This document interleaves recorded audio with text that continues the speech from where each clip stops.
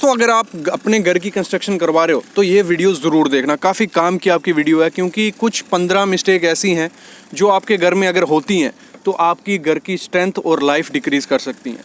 तो आज उन्हीं 15 बातों का मैं जिक्र करने वाला हूँ, इस वीडियो में बताने वाला हूँ कि कैसे आप उनको रोक सकते हो, क्या वो 15 बातें हैं। और अगर आप नॉन टेक्निकल पर्सन हो तो मस्ट आपको ये वीडियो देखनी चाहिए, क्योंकि अगर घर की कंस्ट्रक्शन में अगर आप कॉन्ट्रैक्टर से भी करवा रहे हो या खुद करवा रहे हो तो उसमें ये नॉर्मली मिस्टेक देखी जाती है और ये काफ़ी बड़ी मिस्टेक्स होती हैं। धीरे धीरे ये लाइफ डिक्रीज़ करते जाती हैं घर की। तो ऐसी 15 मिस्टेक आज इस वीडियो में मैं बताने वाला हूँ। तो जो सबसे पहली बात है, आपने जब भी आप घर की प्लास्टर करवाते हो, ये पहली चीज़ है, तो उसमें आपको मोस्टली क्रैक देखने को मिल जाते हैं थोड़े दिनों बाद या 10-15 दिन बाद। तो वो क्यों क्रैक आते हैं? उसमें 3-4 गलतियाँ की जाती हैं प्लास्टर करने के दौरान, तभी वो क्रैक देखने को आपको मिलते हैं। देखो, उसमें एक जो रेशो होती है वो आपको प्रॉपर डालनी पड़ेगी। अगर आप चाहते हो आपके उसमें प्लास्टर में क्रैक नहीं आए तो उसमें प्रॉपर रेशो का आपको माल बनाना पड़ेगा। रेशो क्या हो गई? देखो, मोस्टली हम यूज़ करते हैं 1:3, 1:4, 1:5, 1:6। ये प्लास्टर की रेशो होती है। 1:, अगर 3 के एग्जांपल लें हम, 1 हो गया हमारा सीमेंट और 3 हो गई सैंड। अगर मतलब हम 1 बैग सीमेंट यूज़ कर रहे हैं तो 3 बैग हमें सैंड के यूज़ करने पड़ेंगे।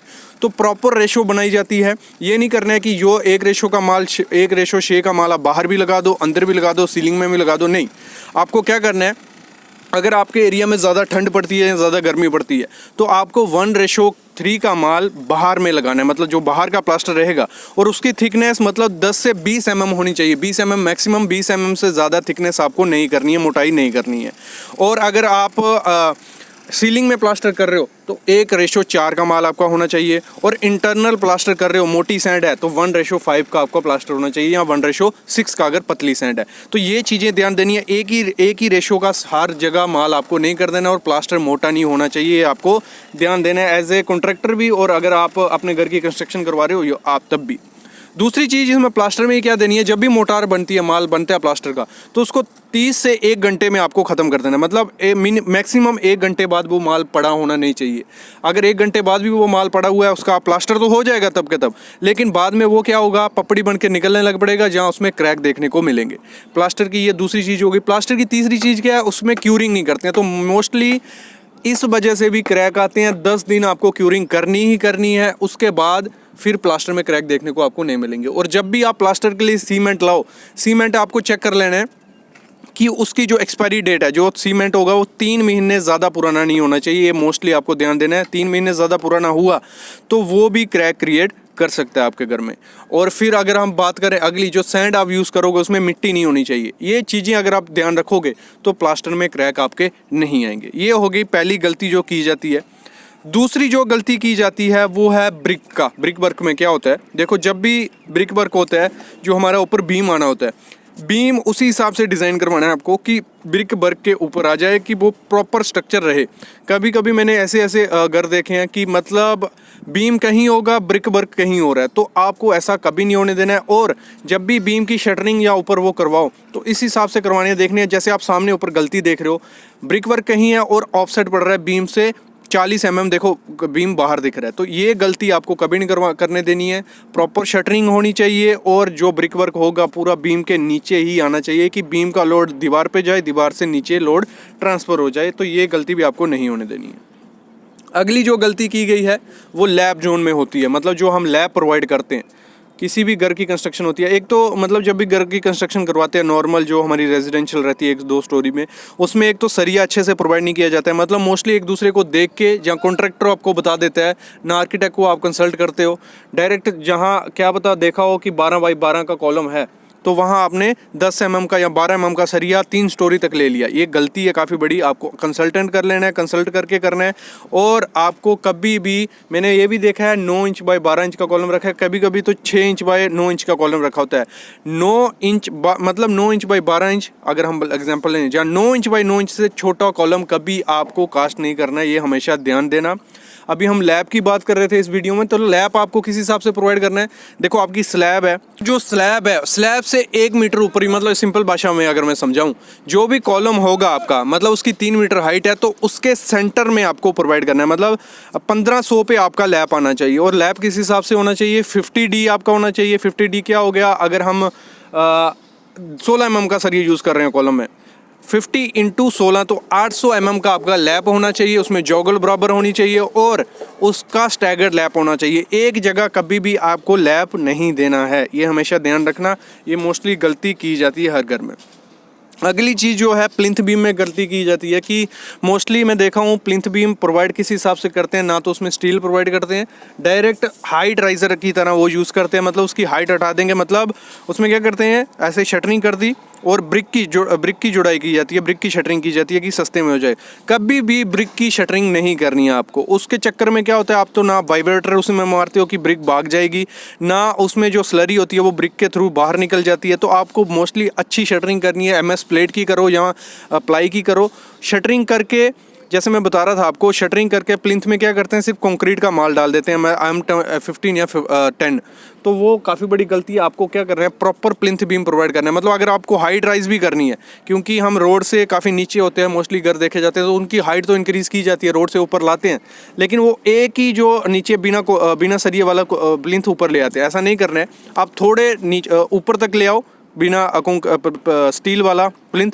उसके बाद जो प्लिंथ बीम आप प्रोवाइड करोगे उसमें आपको प्रॉपर सरिया प्रोवाइड करना है, क्योंकि पूरे घर का लोड किस पे आने वाला है, हमारे प्लिंथ बीम पे लोड आने वाला है। अगर प्लिंथ बीम अच्छा नहीं हुआ तो सेटलमेंट के चांसेस काफ़ी ज़्यादा बढ़ जाते हैं, और जो सेटलमेंट रोकता है वो प्लिंथ बीम ही होता है। तो आपको जो प्रॉपर सरिया प्रोवाइड करना है, नहीं तो आपके घर में क्रैक दिखने लग पड़ेंगे। और सरिया किस हिसाब से प्रोवाइड करना है, आपको 16 का नीचे 3 सरिया प्रोवाइड कर देना है, ऊपर 2 12 का सरिया आपको प्रोवाइड कर देना है। पूरे प्लिंथ बीम, पूरी दीवारों के नीचे प्लिंथ बीम आना ही आना चाहिए, मस्ट है। अगली चीज़ होती है वो है हमारी प्लिंथ बीम के बाद ही वो चीज़ करनी चाहिए आपको, वो होती है dam proof course, DPC। Mostly घरों में जहाँ पे पपड़ी बन के निकल रही है, आपने देखा होगा एक नीचे से 1 मीटर या 2 मीटर तक प्लास्टर निकल रहा है, पेंट निकल रहा है, पूरा ऐसे गीला गीला हो गया, मॉइस्चर आ गया है। वो किस कारण हुआ है, वो आपने DPC प्रोवाइड नहीं की है उसमें। तो आपको जब भी घर प्रोवाइड करना है, बनाना है, तो आपको DPC प्रोवाइड करनी ही है, करनी। वो क्या बोलते हैं, DPC क्या होती है, डैम प्रूफ कोर्स। हमारा एक लेयर डाली जाती है कि नीचे का जो प्लिंथ बीम, नीचे सॉइल का पानी प्लिंथ बीम को लगेगा, और प्लिंथ बीम ऊपर पानी वो ब्रिक को लगा दिया एक बार, तो ब्रिक उसको सक कर करके ऊपर तक ले जाती है। तो आपको वहाँ एक लेयर प्रोवाइड कर देनी है प्लिंथ बीम के ऊपर, DPC डैम प्रूफ कोर्स, जो 50 mm तक होगी, और उसमें जो वाटर प्रूफिंग एजेंट डालो आप, 50 mm की लेयर डाल दो मिनिमम, और वो आपको सेव करेगी पूरी पपड़ी से, डैम्पनेस से। ये चीज़ हमेशा ध्यान रखना। अगली चीज़ जो आपको ध्यान देनी है वो वही चीज़ आगे घुमा फिरा के कॉलम साइज़ और उसमें स्टील डालने का। कभी भी किसी का प्लान कॉपी करके आपको कॉलम नहीं प्रोवाइड करना है, क्योंकि आपका घर का डिज़ाइन मतलब अलग होगा, नीचे सॉइल अलग होगी।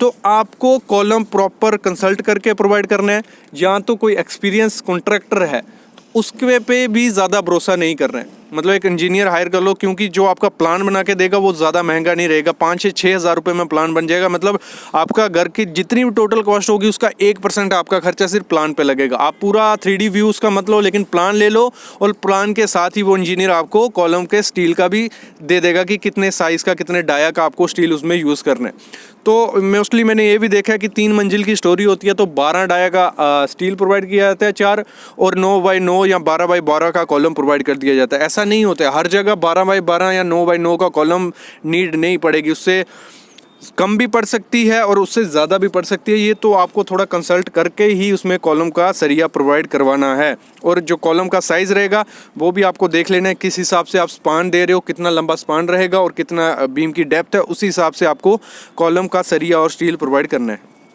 अगली चीज़ जो गलती की जाती है वो ग्रेड में की जाती है। जो आपके घर की कंस्ट्रक्शन करवाते हो, अगर आप कॉलम भरते हो, बीम भरते हो, स्लैब भरते हो, फुटिंग करते हो, तो उसमें प्रॉपर ग्रेडिंग आपको करनी है। ग्रेडिंग क्या बोल रहा हूँ, मतलब कितने स्ट्रेंथ का आपको ग्रेड, M20 हो गया, M30, M25, ये क्या है, ये ग्रेड होते हैं। ये स्ट्रेंथ अपनी शो करते हैं कि इतने mm स्क्वायर में इतनी हमारी स्ट्रेंथ होती है। तो उधर मोस्टली घर कंस्ट्रक्शन में किया ही जाता है कि उधर जो मतलब एक ग्रेड पकड़ के चल जाएंगे, M10 या 20 या 20 से ऊपर तो मोस्टली कम ही जाते हैं घरों में।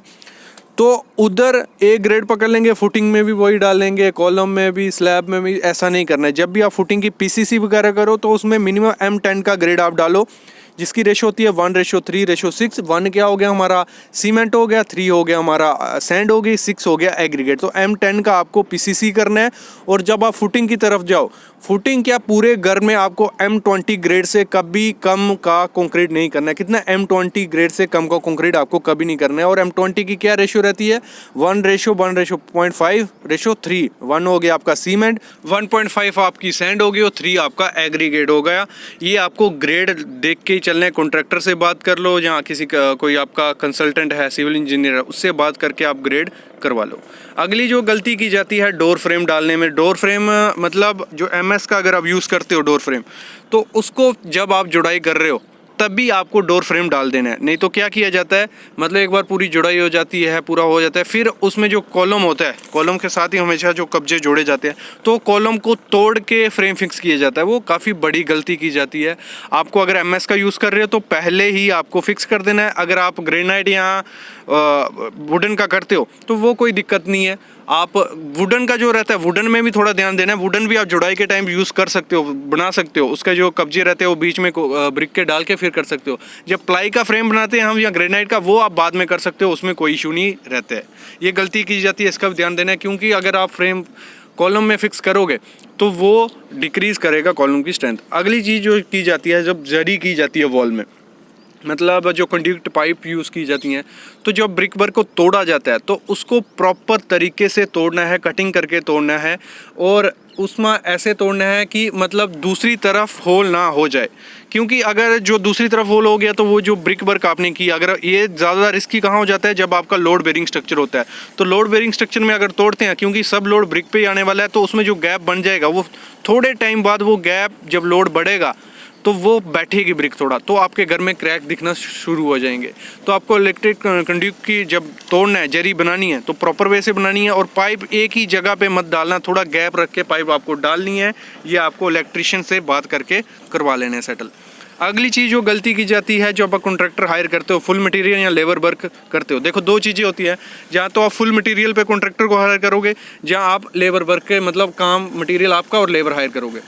जो भी काम आपको करवाना है फुल मटेरियल में, तो आपको बहुत ज़्यादा ध्यान देना है, क्योंकि कॉन्ट्रैक्टर पे होता है वो कैसा मटेरियल आ रहा है, कैसा काम करवा रहा है, वो आपको चेक करते रहना है, सुपरवाइज करते रहना है। क्योंकि थोड़ी मोस्टली चीज़ें तो ये आइडिया लग ही गया होता है लोगों की कंस्ट्रक्शन देख देख के, तो आपको देख लेना कि प्रॉपर जो क्वालिटी का, क्योंकि गूगल पे भी आप सर्च करोगे सब कुछ मिल जाएगा, यूट्यूब पे भी आप सर्च करोगे सब कुछ मिल जाएगा, तो आप क्वालिटी का भी ध्यान रख सकते हो वीडियोज़ देख के या पढ़ के।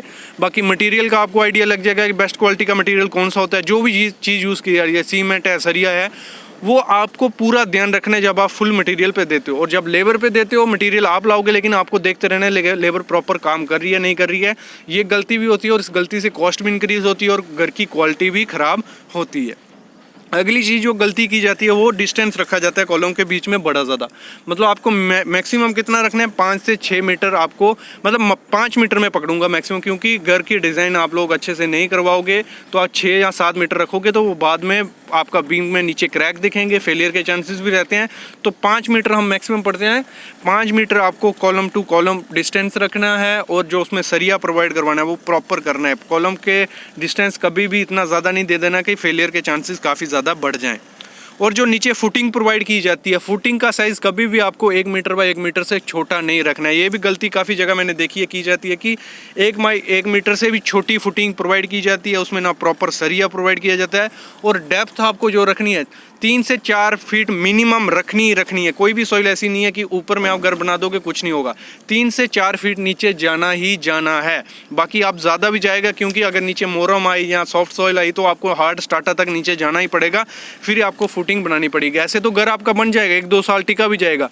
थोड़ी भी वाइब्रेशन सॉइल में हुई, सैंड में हुई या सेटलमेंट हुई, साइड से पानी घुस गया, तो वो आपके घर में डायरेक्ट क्रैक दिखने लगेंगे, और उसको सही करने का तरीका कोई नहीं रखता। वो तरीका होता है एक जैकिंग का, लेकिन वो बहुत कॉस्टली पड़ता है। तो आपको ये स्टार्टिंग में थोड़ा पैसा ज़्यादा लगेगा फुटिंग खुदवाने में, उसमें प्रॉपर से साइज़ बनाने में, सरिया डालने में। लेकिन वही चीज़ अगर किसी के पाँव ठीक नहीं है तो वो पूरा चल भी नहीं पाएगा। वही हाल घर में अगर फुटिंग अच्छी नहीं हुई तो वो अच्छे से टिक नहीं पाएगा।